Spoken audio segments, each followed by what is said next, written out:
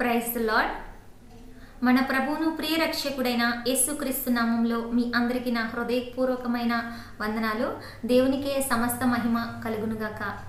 మహాదేవుని కృప వలన సునీల్ కుమార్ గారు సాంగ్ని పాడారు, నేను కూడా పాడటం జరిగింది. అయితే దేవుని ప్రేరేపణతో దీనికి ఆయనే రచన మరియు స్వరకల్పన కూడా. ఇప్పుడు మనం ఆరాధనలోకి వెళ్దాము. కాపాడే దేవుడవు నీవే యేసయ్యా, రక్షించే నాదుడవు నీవే యేసయ్యా అని పాట పాడుతూ దేవుని నామాన్ని మహిమపరుద్దాం.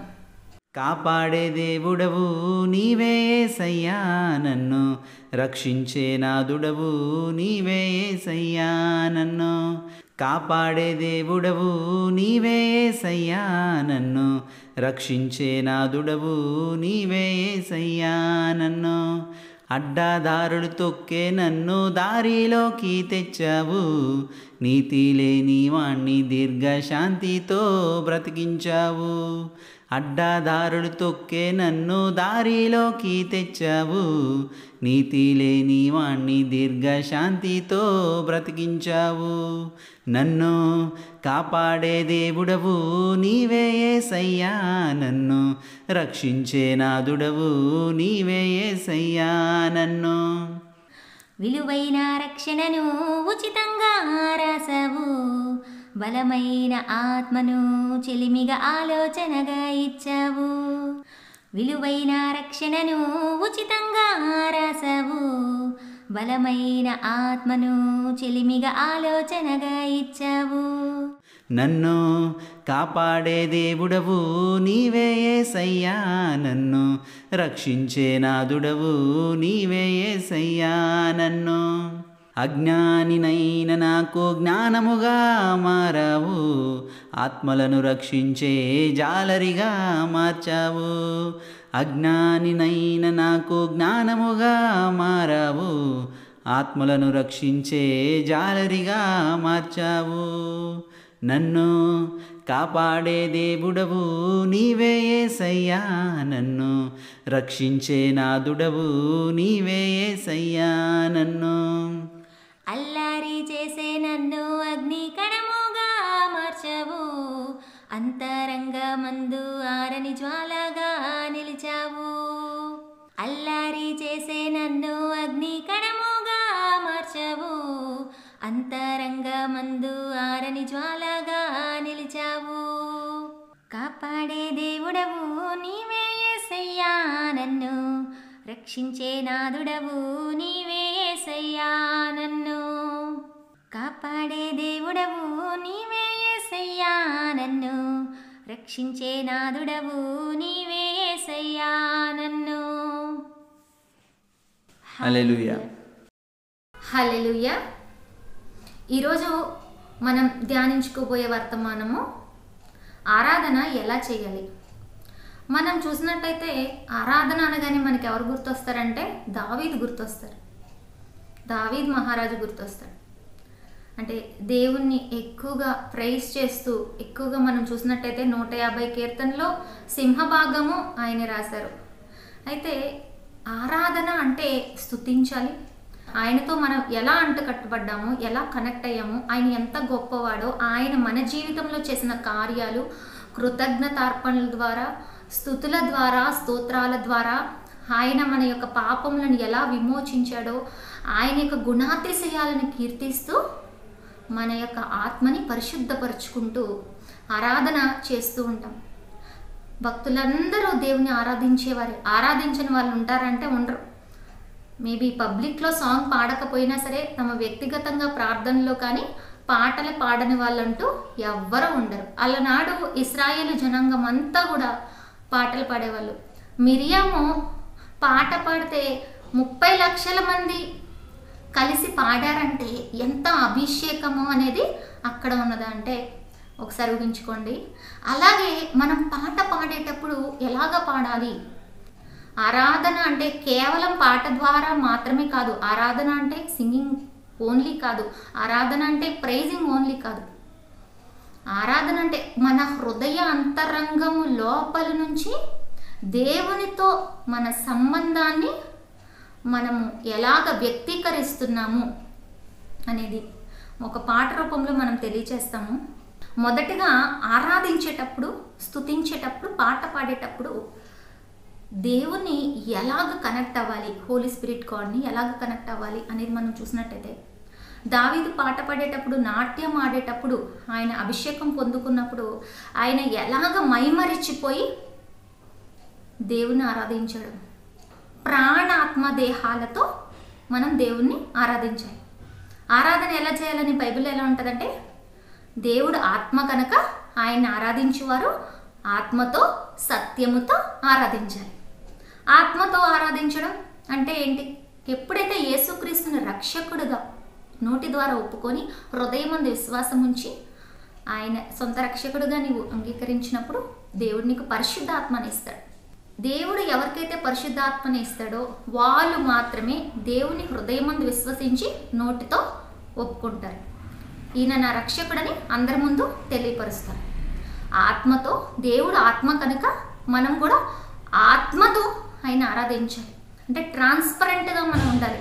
మన హృదయం ఉంటుంది కదా, ఆ హృదయం ఎలాగా ఉండాలంటే అంతరంగం లోపల నుంచి ఉంటుంది. అయితే సత్యం అంటే ఏంటి?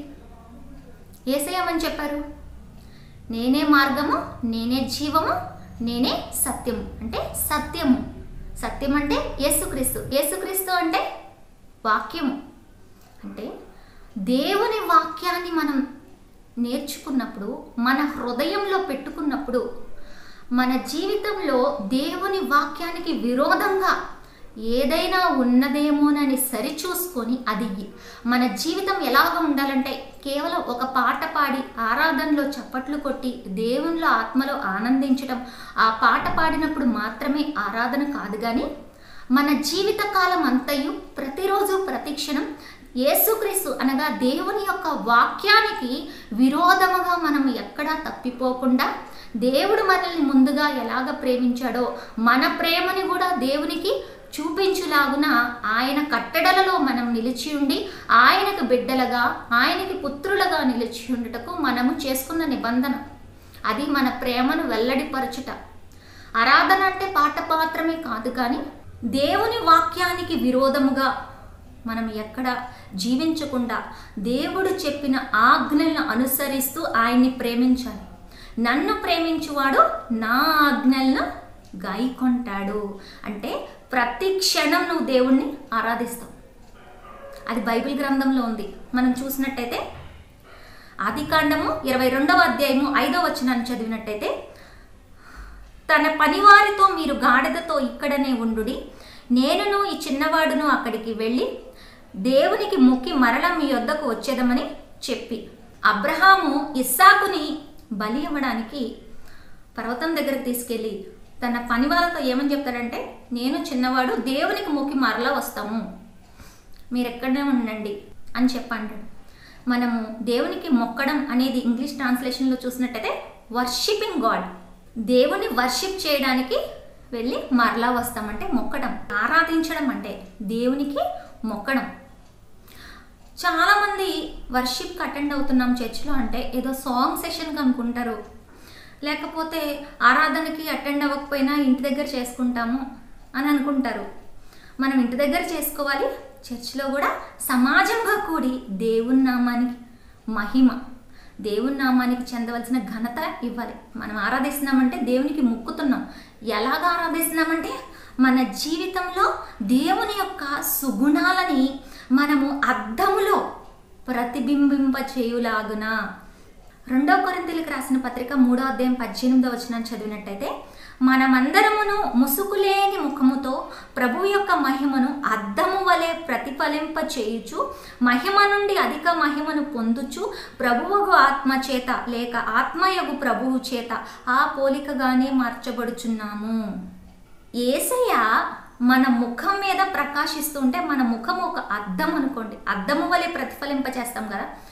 నేను ఒక అద్దాన్ని అయితే నా అద్దము ఎవరిని చూస్తుంది, దేనికి ఎదురుగా ఉందంటే యేసయ్యకి ఎదురుగా పెట్టినప్పుడు నేను యేసయ్యని చూపించగలుగుతున్నాను. అంటే నేను నా ముఖాన్ని చూపించట్లేదు, యేసుక్రీస్తుని చూపిస్తున్నాను. ఎలాగా? ఆయన యొక్క మహిమ మన ముఖము ద్వారా ప్రకాశింప చేయబడుతుంది. ఎప్పుడు అంటే ఆయన యొక్క కట్టడలను గైకొని ఆయన్ని మహిమపరుస్తూ ఉన్నప్పుడు మనము మహిమ నుండి అధిక మహిమను పొందుచు దేవుని యొక్క పోలికగా మార్చబడుచున్నాం. అంటే మన దగ్గర పరిశుద్ధాత్మ శక్తి రోజు రోజుకి పెరిగిపోవాలి, తరగకూడదు, అదే స్థితిలో ఉండకూడదు. అదే స్థితిలో ఉన్నట్టయితే తగ్గిపోయే ఛాన్స్ ఉంది, నులివెచ్చగా ఉండే ఛాన్స్ ఉంది. స్టాగ్నెంట్గా ఉండకూడదు. నీళ్లు స్టాగ్నెంట్గా ఉంటే నిలవ చేయబడితే అవి వాసన వస్తాయి. మనము మహిమ నుండి అధిక మహిమని పొందుకుంటూ ఉండాలి దేవుని దగ్గర నుంచి. ఎప్పుడు పొందుకుంటాం మహిమ నుండి అధిక మహిమ? యేసయ్యని నేను ఒక అద్దాన్ని అయితే యేసయ్య నాలో కనిపిస్తాడు, యేసయ్యని నేను ఎంత దగ్గరగా చూస్తాను, యేసయ్య చెప్పిన మాట నేను ఎంతగా విధేయత చూపిస్తాను. ఇదంతా ఆరాధనే, ఇదంతా వర్షిపే. వర్షిప్ పాటల ద్వారా కనెక్ట్ అవుతాం, స్తుతించడం ద్వారా కనెక్ట్ అవుతాం, ఆయన వాక్యాన్ని గైకొనడం ద్వారా కనెక్ట్ అవుతాం. మనం మన జీవితంలో ఎన్ని గంటలు స్తుతిస్తాము, ఎన్ని గంటలు ప్రార్థన చేస్తాము? భక్తులైతే కొన్ని గంటలు ప్రార్థన చేస్తారు, కొంతమంది అయితే ఓ 10 నిమిషాలు, పావు గంట, లేకపోతే గంట అలా చేసుకుంటారు. పాటలు ఎన్ని గంటలు పాడతారు ఎవరైనా? మరి 24 గంటల్లో దశంభాగం అంటే 2 గంటల 40 నిమిషాలు. అంతకంటే డైలీ పాడతారా? మేబీ పాడకపోవచ్చు, మహా అయితే గంట పాడుకుంటారు, అరగంట పాడుకుంటారు. కానీ మిగతా పనులన్నీ ఒక 90% వేసుకొని పాటలు పాడటం ఒక 10% వేసుకుంటే కేవలం ఆరాధన 10% మాత్రమే చేస్తామా? కాదు. ఆరాధన మనం ప్రతి క్షణం చేస్తూ ఉంటాం దేవునితో. ఎలాగా? నిత్య ఆరాధకురాలుగా, నిత్య ఆరాధికుడిగా ఎలా మారుతామంటే దేవుడు చెప్పిన మాటకి విధేయులై ప్రతిసారి నువ్వు దేవుణ్ణి మొక్కుతూ ఉంటావు, తండ్రిని మహింపరుస్తూ ఉంటావు. చుట్టూ ఉన్న పరిస్థితులన్నీ నెగిటివ్గా వెళ్ళిపోతూ ఉంటాయి. ఎంత నెగిటివ్గా వెళ్ళిపోయినా సరే దేవా, దేవునికే స్తుతి, దేవునికే మహిమ చెల్లిస్తూ ఉంటాం. అలాంటి వారిని దేవుడు విడిచిపెడతాడా? పొరపాటును కూడా విడిచిపెట్టడు. ఆయన శోధనని సహించటానికి కావలసిన మార్గాన్ని నీకు ఏర్పాటు చేస్తాడు. యేసయ్య ఏమని చెప్పాడంటే, నీలో ఉన్నవాడు లోకములో ఉన్నవాడి కంటే గొప్పవాడు కనుక మీరు లోకాన్ని జయిస్తారని చెప్పాడు. అంటే పోరాటం జరుగుతుంది మీ జీవితంలో అని దేవుడు ఆల్రెడీ చెప్తున్నాడు. దేనికి పోరాటం జరుగుతుంది? ఆత్మకి, శరీరానికి పోరాటం జరుగుతుంది. శరీరానికి దెబ్బ తగిలితే, శరీరానికి ఏదన్నా ఆరోగ్యం బాగలేకుండా ఉంటే మందులు ఉంటాయి. మరి ఆత్మని ఎలా పోషించుకోవాలి? ఆత్మని ఎలాగా కాపాడుకోవాలి? ఆత్మ మీద దాడి జరుగుతుంది, ఆత్మ మీద పోరాటం జరుగుతుంది. ఎందుకంటే నిన్ను తస్కరించాలని, పాతాళానికి తీసుకెళ్లాలని అపవాది రకరకాల ప్రయత్నాలు చేస్తూ ఉంటాడు. అప్పుడు ఏం చేయాలి? ఆత్మ ద్వారా శారీరక క్రియలను చంపాలి. అది ఒక మనిషిగా నీకు సాధ్యం అవుతుందంటే ఖచ్చితంగా సాధ్యం కాదు.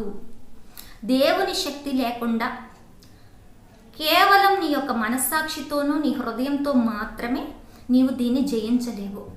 నీలో ఉన్న వాడిని నువ్వు ఐడెంటిఫై చేయాలి. ఎలాగా ఐడెంటిఫై చేస్తావంటే వాక్యం ద్వారా మాట్లాడాలి. నీ పరిస్థితులు, నీ ఆలోచనలు ఒక్కొక్కసారి ఇలా మాట్లాడుతూ ఉంటాయి. ఏమని మాట్లాడుతూ ఉంటాయి? నీ పరిస్థితి ఇలా ఉంది కదా, దేవుడు ఏం చెయ్యట్లేదు, వాళ్ళిలాగా వీళ్ళలాగా వీళ్ళలాగా వాళ్ళలాగా అని రకరకాల ఆలోచనలు తొలిచి వేస్తూ ఉంటాయి. అప్పుడు ఏం చేయాలి? వాక్యం ఏం సెలవిస్తుందో దాన్ని పట్టుకుంటే ఆత్మతో శారీరక క్రియలని చంపుతావు. లేకపోతే శరీర ఆశలు నిన్ను జయిస్తాయి. నువ్వు ఆత్మక్రియల వైపు ఉంటావా, శారీరక క్రియల వైపు ఉంటావా? పోరాటం అనేది ఖచ్చితంగా జరుగుతుందని దేవుడే చెప్పాడు. మీలో ఉన్నవాడు లోకములో ఉన్నవాడి కంటే గొప్పవాడు. అంటే లోకములో ఉన్నవాడు నిన్ను పోరాడి గెలుచుకొని లాక్కెళ్ళిపోవాలని ప్రయత్నం చేస్తూ ఉంటాడు. నీ ఓటమికై వాడు శత విధాల ప్రయత్నం చేస్తూ ఉంటాడు. కానీ దేవుడు కూడా నిన్ను రాబట్టుకోవటానికి, తన బిడ్డని రాబట్టుకోవడానికి ఆయన కూడా ప్రణాళికేస్తాడు. కానీ నువ్వేం చేయాలంటే దేవుని వైపుగా ఉండాలి. దేవుని వైపు ఎప్పుడు ఉంటామంటే వాక్యాన్ని చదివినప్పుడు, ఆ వాక్యాన్ని ధ్యానించినప్పుడు మాత్రమే కాకుండా ఆ వాక్యాన్ని నీ జీవితంలో పరిస్థితులు ఏదైతే అడ్డుగా వచ్చాయో వాక్యం ద్వారా మాట్లాడాలి. నీ విశ్వాసం అదే, స్థిరమైన విశ్వాసం అంటే అదే. మీలో ఉన్నవాడు లోకములో ఉన్నవాడి కంటే గొప్పవాడు అంటే యేసయ్య గొప్పవాడని చెప్పాడు, పోరాటం ఉంటుందని చెప్పాడు, లోకాన్ని జయిస్తారని చెప్పాడు. నువ్వేం చేయాలంటే మీలో ఉన్న గొప్పవాడిని ఐడెంటిఫై చేయాలి, ఆయన హెల్ప్ తీసుకోవాలి. ఓన్గా నీ అంతటి నువ్వు వెళ్ళిపోకూడదు, నీ ఆలోచనతో నువ్వు వెళ్ళిపోకూడదు. నాకు ఈ ఆలోచన వచ్చింది కదా, ఓకే పరిశుద్ధాత్మ నాలో ఉన్నది కదా అని దేవుణ్ణి అడగకుండా వెళ్ళకూడదు. చాలామంది చేసే తప్పేంటో తెలుసా, పరిశుద్ధాత్మని పొందుకున్న వాళ్ళు చాలామంది కూడా నాకు పరిశుద్ధాత్మ వరం ఉంది, నేను ఏం చెప్తే అది ముందుకెళ్ళిపోద్ది, ఎందుకంటే పరిశుద్ధాత్మతో నేను నిండుకొని అన్నాను కదా అని అనుకుంటారు. మనం ప్రార్థన చేసినప్పుడు దేవుడు మాత్రమే వింటాడని అనుకుంటున్నారా? సాతాను కూడా మన ప్రార్థన వింటాడు, వాడు కూడా వాడి ప్రయత్నాల్లో వాడు ఉంటాడు. మన బలహీనతలను బట్టి కొన్ని శోధనలు అంగీకరింపబడతాయి. ఆ శోధనల్ని తప్పించుకునే మార్గము మనల్ని బలవంతులుగా చేయడానికి దేవుడు అనుమతిస్తాడు. వాటి నుంచి మనం ఖచ్చితంగా బయటపడతాం. కానీ మనలో ఉన్నవాడిని ఐడెంటిఫై చేయాలి. మనలో ఉన్నవాడు ఎవరంటే యేసయ్య, అంటే దేవుని వాక్యం. పరిశుద్ధాత్మ శక్తి ఉంది, నాకు ప్రవచన వరం ఉంది, నాకు అనేక రకమైన కృపావరాలు ఉన్నాయి, ఉంటే మంచిదే. దేవుడు ఖచ్చితంగా నిన్ను ఆశీర్వదిస్తాడు, నీ ద్వారా అనేక మందిని ఆశీర్వదిస్తాడు. కానీ వాక్యము పరిశుద్ధాత్మ వరాలు కలిగి రెండింటిని కంపేర్ చేసినప్పుడు ఆ రెండింటికి ఏది విరోధంగా ఉండకూడదు. అంటే నువ్వు వాక్యాన్ని ధ్యానించాలి. మొదటిగా వాక్యం ద్వారానే దేవుడు మాట్లాడతాడు. దేవుడు నాకు కృపావరాలు కొన్ని ఇచ్చారు. అయితే సాతానుగాన్ని కూడా, అంటే సాతాన్ని కూడా మనం ఐడెంటిఫై చేయాలి మన జీవితంలో. సాతాన్ రాడనుకుంటున్నారా మీ దగ్గరికి? యేసయ్య 40 రోజులు ఫాస్టింగ్లో ఉన్నప్పుడే శోధించడానికి సాతాన్ వచ్చాడు. ఎవరైతే స్పిరిచువల్గా ఎదుగుతూ ఉంటారో, ఎదగాలని ఆశ కలిగి ఉంటారో, దేవునితో కనెక్ట్ అవ్వాలని అనుకుంటారో వాళ్ళ దగ్గరే ఎక్కువ ఉంటాడు. దేవుని మహాకృప వలన, ఆయన కనికరం వలన, ఆయన వాత్సల్యం దయ వలన ఈ దీనురాలకి ఆయన కొన్ని కృపవరాలు ఇవ్వడం జరిగింది. అయితే మనము వివేచన వరాన్ని కూడా కలిగి ఉండాలి. ఒకరోజు నేను నా పని నేను చేసుకుంటూ ఉండగా సాతాను వచ్చి, సాతాన్ అనే నేను మొదటగా ఐడెంటిఫై చేయలేదు, ఎవరో ఎక్స్టర్నల్గా నా పక్క నుండి ఎవరో మాట్లాడుతున్నట్లు నువ్వు చాలా గొప్పదాన్ని అని చెప్పారని. నేను దాన్ని పట్టించుకోలేదు, నా పని నేను చేసుకుంటున్నాను. అలా కంటిన్యూస్గా చెప్తూనే ఉన్నారు. నేను ఏమని చెప్పానంటే, నా యేసే తప్ప ఎవ్వరు గొప్పవాళ్ళు కాదు, ఇక్కడ నుంచి వెళ్ళిపో అర్జెంటుగా అని చెప్పాను. ఆ తర్వాత మళ్ళీ ఆ శోధన నా జీవితంలోకి రాలేదు. అంతకుముందు నాకు దేవునితో ఉన్న సహవాసం ఏంటంటే, దేవుడు నాకు అనేకమైన దర్శన వరాలు కానీ, ప్రవచన వరాలు కానీ, అన్య భాషలు కానీ, దేవునితో మమేకమైన సంబంధం కలిగి ఉన్న అప్పుడు జరిగిన సంగతి ఇది. ఎప్పుడు దేవునితో సహవాసాన్ని కలిగి ఉంటానో ఆ టైంలో నేను దేవుని దగ్గర నుంచి అనేకమైన కృపావరాలను పొందుకున్న సమయంలో సాతానాన్ని ఐడెంటిఫై చేయగలిగే శక్తి దేవుడు నాకు ఇచ్చాడు. నువ్వు చాలా గొప్పదానివి అని చెప్తున్నారు, కంటిన్యూస్గా చెప్తున్నారు. ఒక పర్సన్ ఎక్స్టర్నల్గా వచ్చి చెప్తున్నట్టు. వాక్యంలో అలా ఎప్పుడు లేదే. వాక్యంలో విశ్వాసులకు కానీ, ఆయన భక్తులకు కానీ అలా ఎప్పుడు లేదే. బలవంతుడు గొప్పవాడు దేవుడే, నేను కాదు. నేను నా తండ్రి మహిమను మోసే ఆయన దాసురాలని, ఆయన బిడ్డని. నా గురించి ఆయన సాక్ష్యం చెప్పాలి, అంతేగాని ఎవరో వచ్చి కంటిన్యూస్గా దేవుడు చెప్తే అలా కంటిన్యూస్గా అయితే చెప్పడు. ఇదేదో డిఫరెంట్గా ఉందని. అది కొంతమంది అయితే ఇది పరిశుద్ధాత్మ అనుభవం అని భ్రమపడే ఛాన్స్ ఉంది. ఏదో పరిశుద్ధాత్ముడు నన్ను చాలా గొప్పవాడు అంటున్నాడు, చాలా ఉన్నతమైన స్థితిలో ఉన్నవాడు అంటున్నాడు అని భ్రమపడే ఛాన్స్ ఉంది. కానీ మనము వివేచన వరం కలిగి ఉండి మనతో మాట్లాడేది సాతానా. ఎందుకంటే మనల్ని ఆ గర్వంలోకి చిక్కించుకోవాలని, నేను గొప్పవాడిని అన్న ఫీలింగు తీసుకురావాలని వాడు చేసిన ప్రయత్నం అది. నేను ఇమీడియట్గా ఒక 2-3 టైమ్స్ 4 టైమ్స్ నాతో చెప్పిన వెంటనే నేను చెప్పాను వాడితో, నా దేవుడు తప్ప, నా యేసే తప్ప ఎవ్వరు గొప్పవాళ్ళు కాదు, నువ్వు అర్జెంటుగా ఇక్కడ నుంచి వెళ్ళిపోన్నాను. ఒక్క మాట అంతే. మళ్ళీ నా దగ్గరికి ఇంతవరకు రాలేదు, చాలా సంవత్సరాలు అయింది. ప్రియ దేవుని బిడ్డలారా, చాలామంది చేసే మిస్టేక్ ఏంటంటే కృపావరాలు పొందుకున్న వెంటనే మనల్ని మించిన వాళ్ళు లేరని అనుకుంటారు, మనమే గొప్ప అనుకుంటారు, మనకంటే కూడా టాప్ అభిషేకం పొందిన వాళ్ళు చాలామంది బైబిల్లో ఉన్నారు.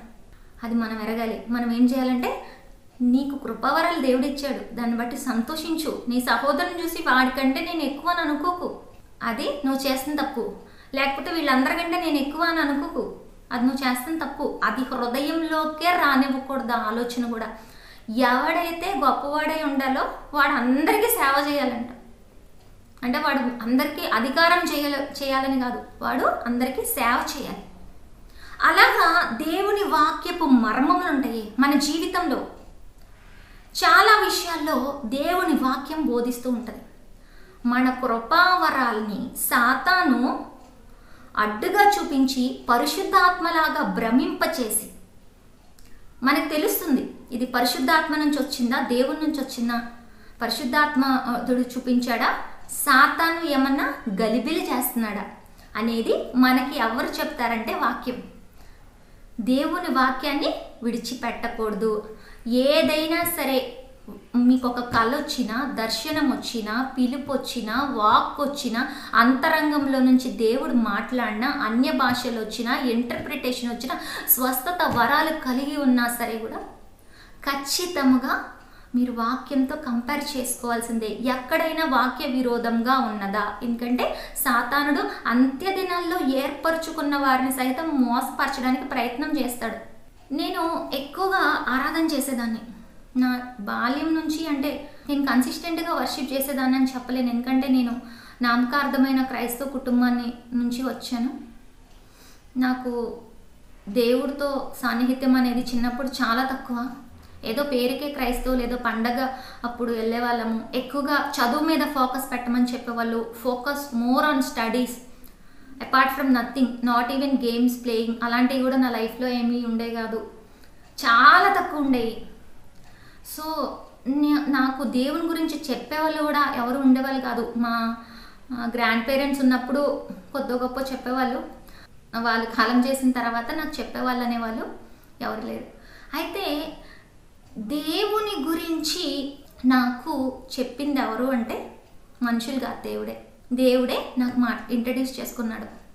ఎలాగా అంటే, నేను ఆల్రెడీ అంతకుముందు నా టెస్టిమోనీలో చెప్పాను. 10 years ఏజ్ ఉన్నప్పుడు నాకు ప్రవచనం ద్వారా ఒక ఆవిడకి ప్రవచనాత్మ ఉంది. ప్రవచనాత్మతో నేను అక్కడికి వెళ్ళడం జరిగింది. ప్రార్థన జరుగుతుంది కదా అని వేరే వాళ్ళు ఎవరు ప్రేయర్ చేసుకుంటుంటే నేను జస్ట్ వెళ్ళాను. నాకు అసలు ప్రార్థన ఎలా చేస్తారు అవన్నీ ఏం తెలియదు. సండే స్కూల్కి కూడా చాలా రేర్గా వెళ్ళుంటాను. అప్పుడు దేవుడు నిన్ను ఎన్నుకొని ఉన్నాడని చెప్పింది ఆవిడ, చాలా బిగ్గరగా చెప్పింది. నాకు అవన్నీ చాలా కొత్త. నేను అక్కడి నుంచి పరిగెత్తి పారిపోయాను. కానీ దేవుడు నన్ను విడిచిపెట్టలేదు. నాకు అసలు దేవుడి గురించి పెద్దగా ఏం తెలీదు. ఎప్పుడన్నా కీర్తనలు 1st chapter కానీ, 23rd chapter కానీ, 91 chapter కానీ అలా చదువుకునే వాళ్ళం.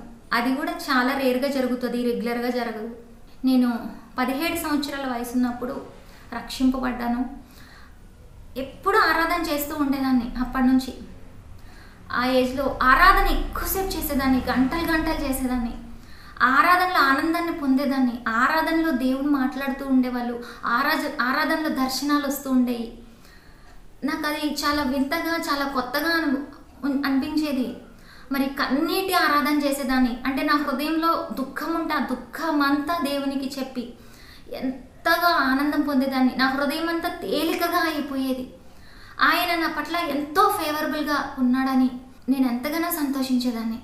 కానీ నేను బలంగా దేవునిలోకి రాలేదు. ఆరాధన చేస్తూ ఉన్నాను, దేవుని ఇష్టపడుతూ ఉన్నాను.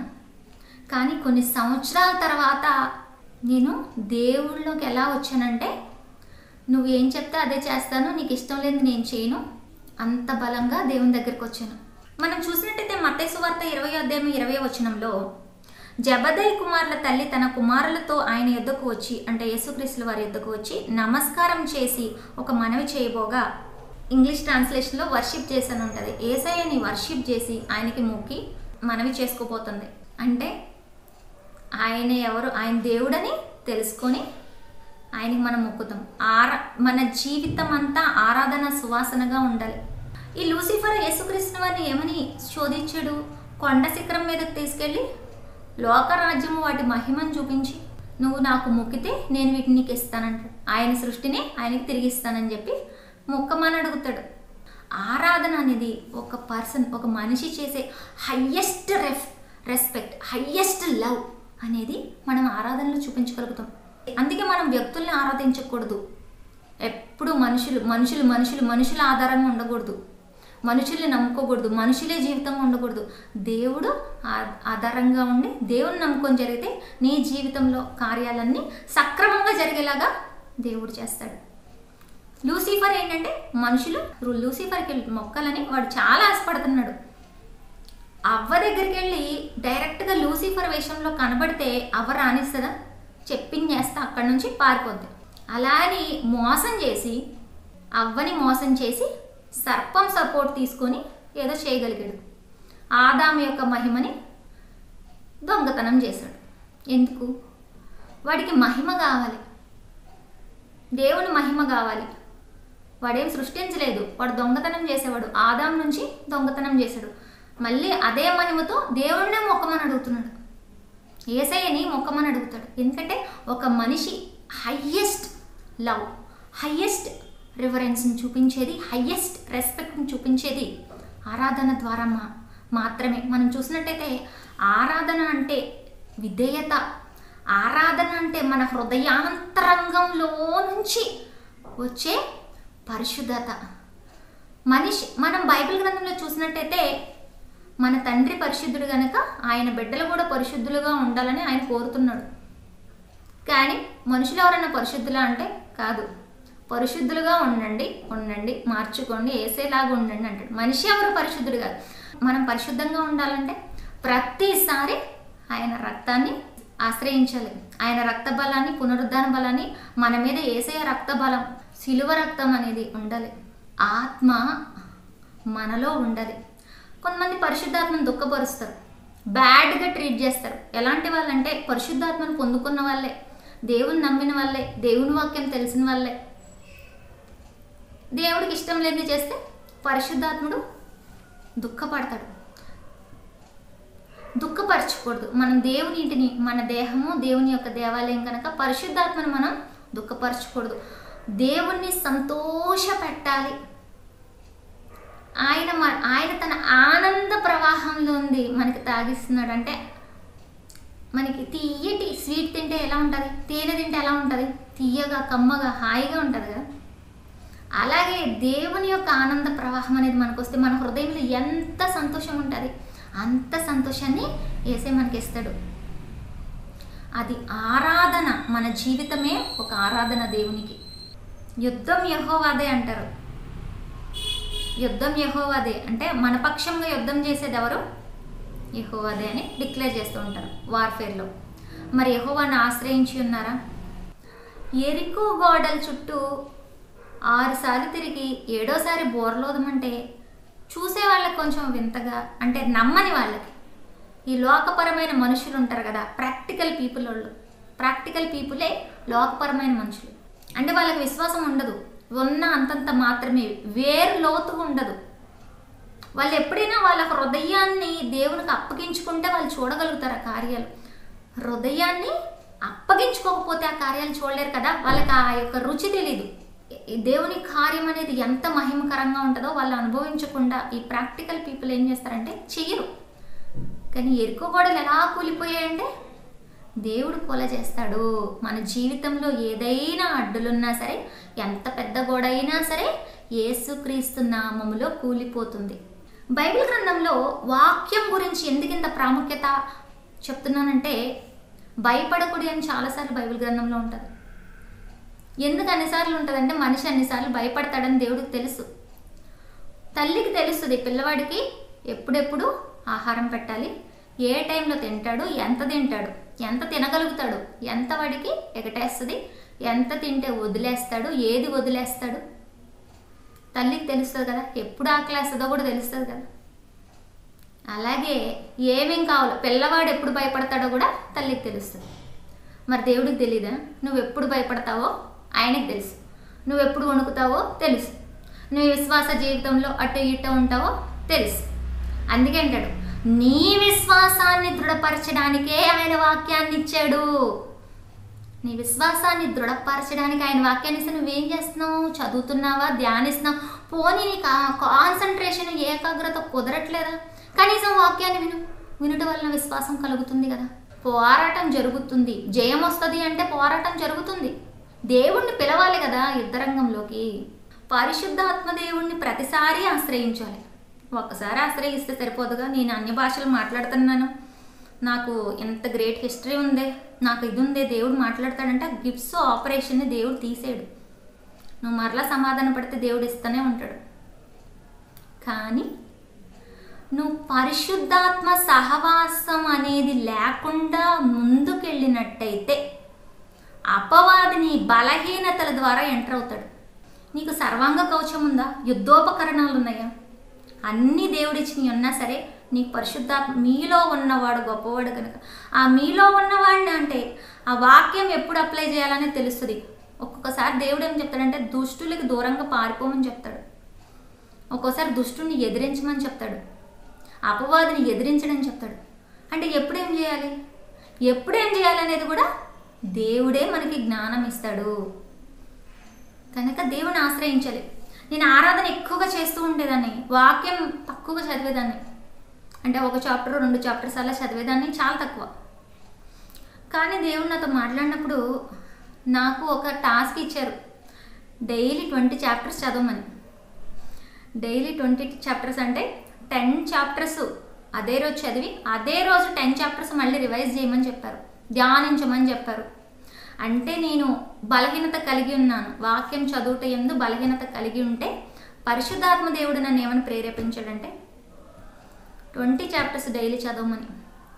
మామూలుగా 2 చాప్టర్స్ చదివే వాళ్ళకి 20 చాప్టర్స్ అంటే చాలా పెద్ద టాస్క్, అవునా కదా? కానీ దేవా ఈ శక్తిని నువ్వు అనుగ్రహించు, ఆయన చెప్పింది విధేయత చూపిస్తే మనము దేవుని శక్తిని, దేవుని మహిమని మనం చూస్తాం మన జీవితాల్లో. మనం ఎక్కడ పడిపోతామో, మన బలహీనతలు ఏంటో దేవుడికి తెలుసు కనుక మనం వాక్యాన్ని విడిచిపెట్టకూడదు, వాక్య ధ్యానాన్ని విడిచిపెట్టకూడదు. మన జీవితంలో వాక్యం నిజముగా మీ త్రోవల్ని వెలుగు వైపుగా నడిపిస్తూ ఉంటుంది, మిమ్మల్ని భ్రమపరిచే ఆత్మ నుంచి దూరపరుస్తూ ఉంటుంది. సిలువలో యేసయ్య ఇక సమాప్తమైందని చెప్పారు, ఆఖరి మాట సమాప్తమైందని చెప్పారు కదా యేసయ్య. అంటే ఏంటి, ఇంకా యుద్ధం చేసేది ఏమీ లేదు. సాతాను వచ్చి దేవుడి దగ్గరికి వెళ్ళి నువ్వు నాకు ముక్కు అనేది అంత లేదు, ఇంకా దాన్ని అయిపోయింది. వాడు ఆదాం దగ్గర కొట్టేసిన అధికారాన్ని దేవుడు కంప్లీట్గా కొట్టేశాడు. ఇంక ఎప్పుడు యేసయ్య నామం అన్ని నామముల కంటే పైనామం అయిపోయింది. ఇంకా మనం జస్ట్ ఆయన పట్టుకోవడం చాలు, దేవుణ్ణి పట్టుకుంటే చాలు, ఆ విజయం మనకు వస్తుంది. మనమేమి యుద్ధాలు చేయక్కర్లేదు, మనమేమి విపరీతమైన కష్టపడక్కర్లేదు. విపరీతమైన కష్టం అంటే శారీరక ప్రయత్నాలు. చాలామంది అనుకుంటారు కదా, నేను శారీరకంగా ఇన్ని గంటలు ప్రార్థన చేస్తాను, ఇన్ని గంటలు ఇంతసేపు నుంచుంటాను, ఇంతసేపు కూర్చుంటాను, ఇంతగా ప్రయాణాలు చేస్తాను. అవన్నీ ఆత్మకార్యాలే, ఆత్మ ప్రేరేపిస్తే చేసే కార్యాలు. ఒకవేళ పరిశుద్ధాత్మ ప్రేరేపించకుండా నీ అంతట నువ్వు ఓన్గా చేసావంటే అందులో అది విజయమో అపజయమో అపవాదిని వెళ్ళి కనుక్కోవాలి. ఎందుకంటే దేవుడు ప్రేరేపించకపోతే దేవుడు చెప్పినట్టు కాదు కదా. దేవుని యొక్క హృదయాన్ని కలిగి ఉన్న దావీదు పరిశుద్ధాత్మ అభిషేకం పొంది గొప్ప కార్యాలు చేశాడు. నువ్వు కూడా గొప్ప కార్యాలు చేయడానికే సిద్ధపరచబడి ఉన్నావు. కానీ ఆ విధేయత అనేది నీ బలహీనత రూపంలో సాతాను ఎక్కడ పట్టుకుందామా, ఎక్కడ నీ బలహీనత ఉందో అదే పట్టుకుంటాడు. ఇప్పుడు ఒక దేశం మీదకి యుద్ధం చేయడానికి, దేశాన్ని ఆక్రమించడానికి వెళ్ళాలంటే ఎక్కడ వీక్ పాయింట్ ఉంటుంది, ఎక్కడ సరిహద్దుల్లో సైన్యం తక్కువగా ఉంటుంది, ఎక్కడ సెక్యూరిటీ చెక్ కొంచెం తక్కువ ఉంటుంది, ఎక్కడ ఈజీగా వెళ్ళొచ్చు, ఎక్కడ మోసం చేయొచ్చు, ఎక్కడైతే తక్కువగా వీక్గా సెక్యూరిటీ ఉంటుందో అక్కడ వాళ్ళని తీసేసి చంపేసేసి మనం దూసుకొని పోవచ్చా. ఇలాగా శత్రువు ఆక్రమించడానికి ప్రయత్నం చేస్తూ ఉంటాడు. నీవు దేవుని సొత్తు, యూ బిలాంగ్ టు జీసస్. పరిశుద్ధాత్మని ఆయన దేవుడు ఇచ్చాడంటే, దేవుడు నిన్ను ఆకర్షించాడంటే, ఆయన నువ్వు రక్షకుడుగా అంగీకరించావంటే, ఆయన మంచితనాన్ని బట్టి, ఆయన సుగుణాలను బట్టి నువ్వు ఆకర్షింపబడ్డావంటే ఖచ్చితంగా నువ్వు దేవుని సొత్తే. దేవుడు నిన్ను కొంతకాలం శోధనకి అనుమతిస్తాడేమో, నిన్ను బలోపేతం చేయడానికి. నీ బలహీనతల నుంచి నువ్వు బయటికి రా. నీ సమస్యలతో చెప్పు. ఏమని చెప్తావు? మీరు నన్ను ఏం చేయలేరు, మీరు నన్ను చంపేస్తారా? దేవుడు ఒప్పుకుంటాడా? యోబును ఒప్పుకున్నాడా? ఏం చేస్తారు? మహా అయితే హింసిస్తారు. హింసించుకోండి. చంపేస్తారా? కుదిరితే చంపేసుకోండి. ఆ దేవుని చిత్తమైతే జరుగుతుంది. సమస్యలతో మాట్లాడండి, ప్రాబ్లంతో మాట్లాడండి. అవమానిస్తారా? అవమానించుకోండి. ఈ లోకానుసారులు నరులు నన్నేం చేయగలరు? నరునికి నువ్వెందుకు భయపడతావు అని చెప్తాడు. శరీరాన్ని ఆత్మని కలిపి శిక్షించువానికి భయపడాడు, అంతేగాని శరీరాన్ని చంపువాడికి భయపడకండి అని చెప్తాడు దేవుడు. దేవుని ఆజ్ఞ లేనిది మన జీవితంలో జరుగుతుందా? అనుమతి కలుగుతుందా? ఖచ్చితంగా జరగదు. నేను ఇలా చేస్తే ఇలా జరిగింది అని అనుకోవద్దు. అది నువ్వు దేవుని చిత్తానుసారంగా దేవునితో కనెక్షన్లో ఉండి పరిశుద్ధాత్మ సహాయంతో నీ దినములని దేవునితో సహవాసం నువ్వు కలిగి ఉన్నట్టయితే ఖచ్చితంగా నీ పక్కన దేవదూతలు ఉంటారు. నీకు సేవ చేయడానికి దేవుడు బలిష్టమైన దేవదూతలను పెడతాడు. నువ్వు స్తుతిస్తూ ఉంటే ఆయన దిగొస్తాడు.